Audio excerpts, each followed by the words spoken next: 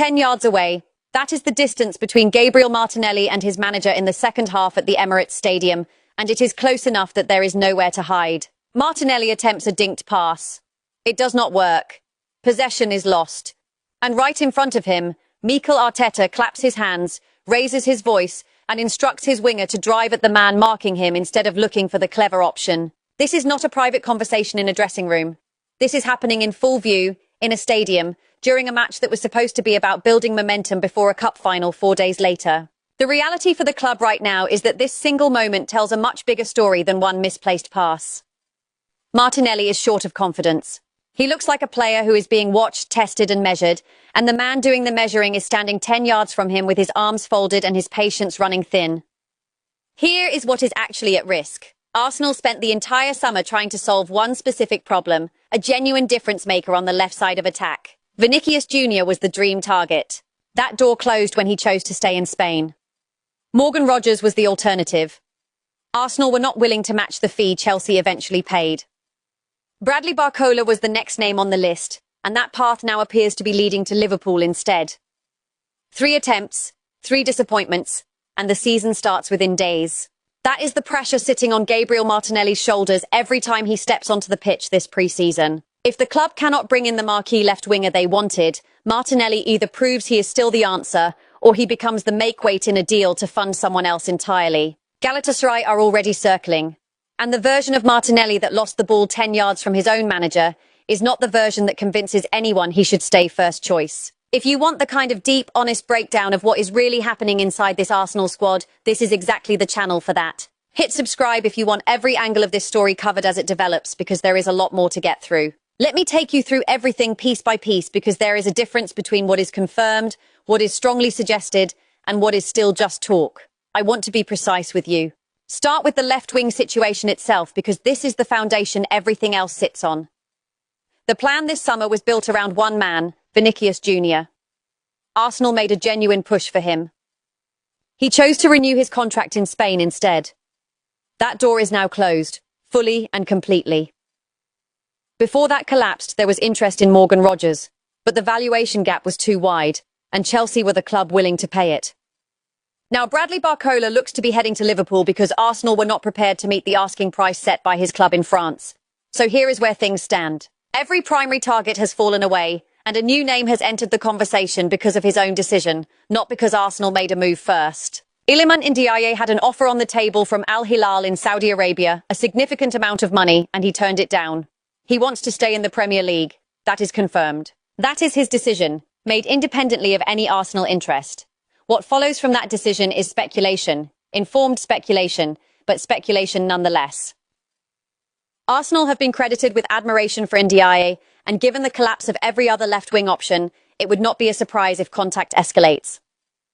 But I want to be very clear with you, no move has been agreed, no formal approach has been confirmed. This is a player who has made himself available by staying in England, and a club with an obvious vacancy.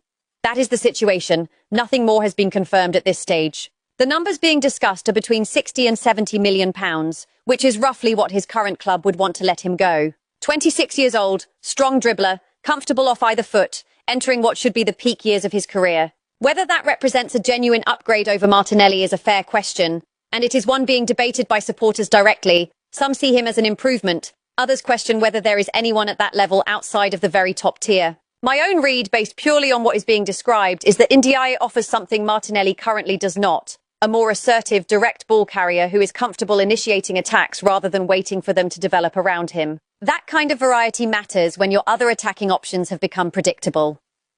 Now to the moment that actually opened this analysis. During the draw with Como, Martinelli's confidence issue was laid bare in real time. The dinked pass, the lost possession, the visible frustration from his manager standing close enough to see everything. Christos Tzolis appears to now be ahead of him in that same forward line, based on how minutes and roles have been distributed. This is not confirmed as a permanent shift, but it is a clear signal about where trust currently sits. There is more context here that matters. Word has circulated that Martinelli has communicated to those running the club that he does not want to continue his career outside what would be considered a top 5 European league. That is being described as his position, not a confirmed transfer request, but a stated preference about the level he wants to compete at. The complication for Arsenal is that several Premier League rivals could afford his signature, and the club has shown no willingness to strengthen a direct domestic competitor by selling him within England.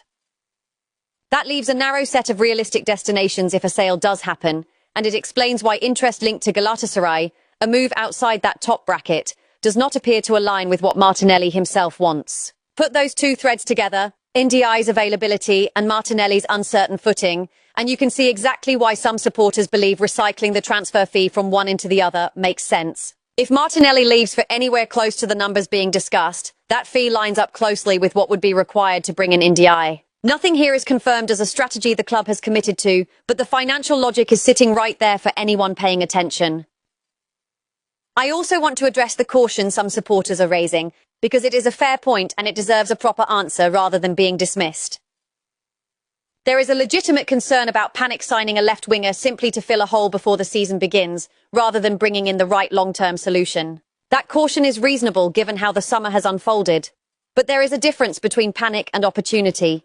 A panic signing is one forced by desperation with no leverage. This situation is different because Ndiaye is not being chased in a bidding war. He has already removed himself from a lucrative move elsewhere and stated his preference to stay in this league. That changes the dynamic considerably. It gives whoever moves for him more control over the conversation than a typical late window scramble would allow. There is also the matter of timing to consider. The season begins within days. Whatever happens with the left wing position, whether it is Ndiaye, a continued run for Martinelli, or something else entirely, it needs resolving quickly, because pre-season form and squad rotation only tell you so much once competitive matches actually start counting.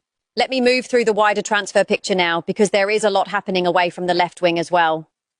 Jule Koundé's situation in Spain is being watched closely. His representative was seen at his current club's training ground as interest from Arsenal continues to build. Mikel Arteta is described as a genuine admirer of his versatility, the ability to play in more than one defensive role, which is exactly the kind of value a manager wants from a squad player who can also start. His long-term future at his current club is not considered fully secure, and Arsenal have started monitoring that situation more closely. I want to stress the word monitoring. This is not a bid, it is not advanced talks, it is interest with a background context that makes it worth watching. On Miles Lewis Skelly, Arteta was asked directly about the speculation surrounding his future and chose not to engage with it. He described him as a very emotional player, referenced the gestures he has made on the pitch, and made a point that speculation about your players is actually a sign of success, because it means those players are attracting attention through good performances. That is a calculated answer from a manager who is not going to fuel a story, but also is not denying that interest exists elsewhere. What is confirmed, without any ambiguity, is how the crowd responded to him before kick-off against Como. His name was read out, and it drew a louder reaction than any other player on the team sheet. He then scored the opening goal. Whatever conversations are happening about his future, the relationship between this player and the supporters in that stadium is not in question. There is a defensive target being discussed as well, Ezri Konsa. A package close to £50 million, made up of a base fee around £45 million with roughly £5 million in add-ons, was put forward and turned down by his current club. Personal terms with the player are said to be agreed in principle already, which tells you the player side of this deal is essentially settled if the fee gap can be closed. The gap itself is significant. His club is understood to want closer to £60 million. There is described optimism that an agreement can still be reached, but until that fee gap closes, this remains unresolved. I would not call this close to completion. I would call it a negotiation with real distance still to cover. Julian Alvarez is a name that continues to come up. He wants to leave his current club in Spain. For Arsenal to seriously advance any move, they would likely need to sell one of their own attackers first to create space and raise funds. One specific idea being floated is offering Victor Gyökeres as part of financing or facilitating that deal. I want to be precise here, this is being discussed as something Arsenal are considering, not something that has been offered or agreed. It is an idea in circulation, tied directly to the broader roster reshuffling that would need to happen around it. Think about what that would actually mean structurally. Gyökeres arrived as a central striking option, and using him to help finance a move for a different forward entirely is a significant shift in thinking. It suggests the recruitment team is prepared to be flexible about personnel if it means landing a player they consider a genuine upgrade, rather than being rigid about protecting every signing already made. That kind of willingness to restructure the attack rather than simply adding to it tells you the ambition here is not incremental. It is about getting the level of the front line as high as possible, even if that means moving on from someone brought in relatively recently. Now, to what Arteta himself has said publicly about all of this, because his own words are the most reliable guide to where the club's head is at. Asked directly about the transfer market, his answer was measured. There is more the club wants to do. They need more skill and quality in the squad. They are actively trying to make that happen.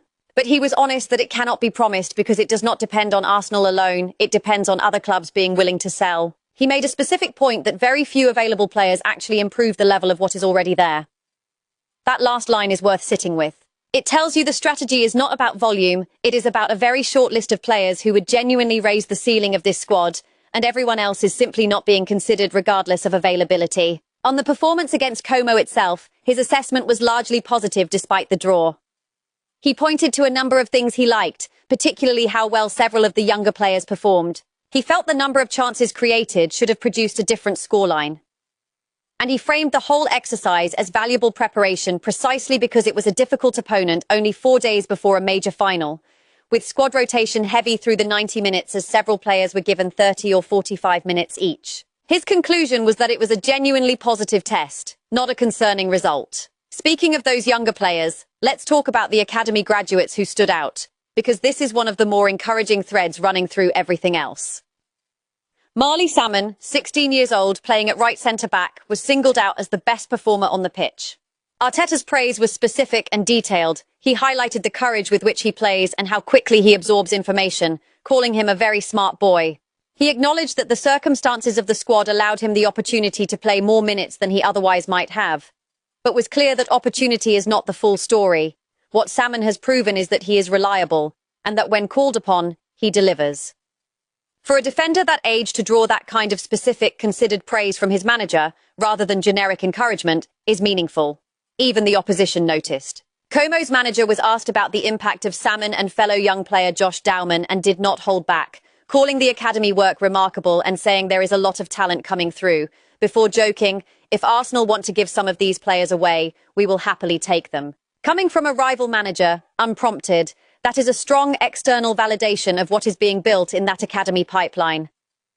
This matters for a reason that goes beyond one flattering comment. There is a broader question hanging over this squad about depth at right back and right centre-back, positions the club has been exploring in the market. A 16-year-old delivering performances that draw unsolicited praise from an opposing coach complicates that search in a healthy way. It does not mean the club should stop looking at external options. The level of the Premier League is a different challenge entirely, and Arteta himself acknowledged that gap. But it does mean any recruitment plan at the back now has to be built with genuine awareness that there is a homegrown option pushing hard for a role, rather than assuming every defensive spot needs to be solved purely through the transfer market. There were also individual updates on players returning from different circumstances. Ethan Nwaneri's loan spell did not go the way anyone expected, and Arteta was honest about that, acknowledging there was a lot of disruption and change around the club he was sent to. But his read now is that Nwaneri looks different, more mature, and he credited the experience of being abroad on his own, going through difficult moments, as something that builds a kind of resilience every player eventually has to develop if they are going to succeed at this level. He described himself as very happy with how Nwaneri has performed through pre-season. Ebere Eze's return also generated some early concern. He was not visible in footage the club posted of players coming back from World Cup commitments, which understandably raised questions given how competitive this squad is for places. Those concerns were addressed by his actual performance. He trained through the week and was immediately restored to the starting 11, and what he showed on the pitch was sharp footwork and a willingness to shoot from distance on more than one occasion. The suggestion here is that whatever work he put in during his time away has translated directly into form, and given how contested his position is, arriving back sharp rather than off the pace matters a great deal. On Bruno Guimaraes, the question of whether he would be ready to start against Manchester City was met with genuine uncertainty from his own manager. Only 3 training sessions completed, yet he already looked good in what limited work he has done. Arteta noted specifically that Guimaraes was pushing to get minutes in this match, wanting to feel what playing in front of these supporters is actually like as soon as possible. That eagerness is worth noting. A new signing who is impatient to get onto the pitch rather than easing in cautiously tells you something about how quickly he wants to integrate. There is a broader pattern forming across several of these individual stories that is worth pulling out on its own. Nwaneri needed time away and difficult circumstances to mature. Eze needed to work quietly through his own time off to arrive back sharp. Guimaraes is pushing to accelerate his own integration faster than caution might normally dictate. 3 very different paths, but all pointing toward players actively shaping their own readiness rather than simply waiting to be told they are prepared. That is generally a good sign heading into a season with this much competition for places, because it suggests the motivation within the group is coming from the players themselves, not just being imposed from the outside. So where does all of this leave the picture heading into the season opener? The left-wing problem remains unsolved in terms of a completed transfer, but a credible, realistic alternative has emerged through no action of Arsenal's own, simply through Ndiaye choosing to stay in England. Martinelli's position is under genuine pressure, both from his manager's visible frustration and from a stated preference about the level of competition he wants to play at going forward. The defensive reinforcement being pursued is still separated by a meaningful gap in valuation. The Alvarez pursuit remains conditional on movement elsewhere in the squad first. And underneath every one of these unresolved situations sits a genuinely promising group of young players who are already proving, in real matches against a Serie A opponent, that they belong in that first team picture, regardless of what happens in the market. Nothing about this squad is settled right now.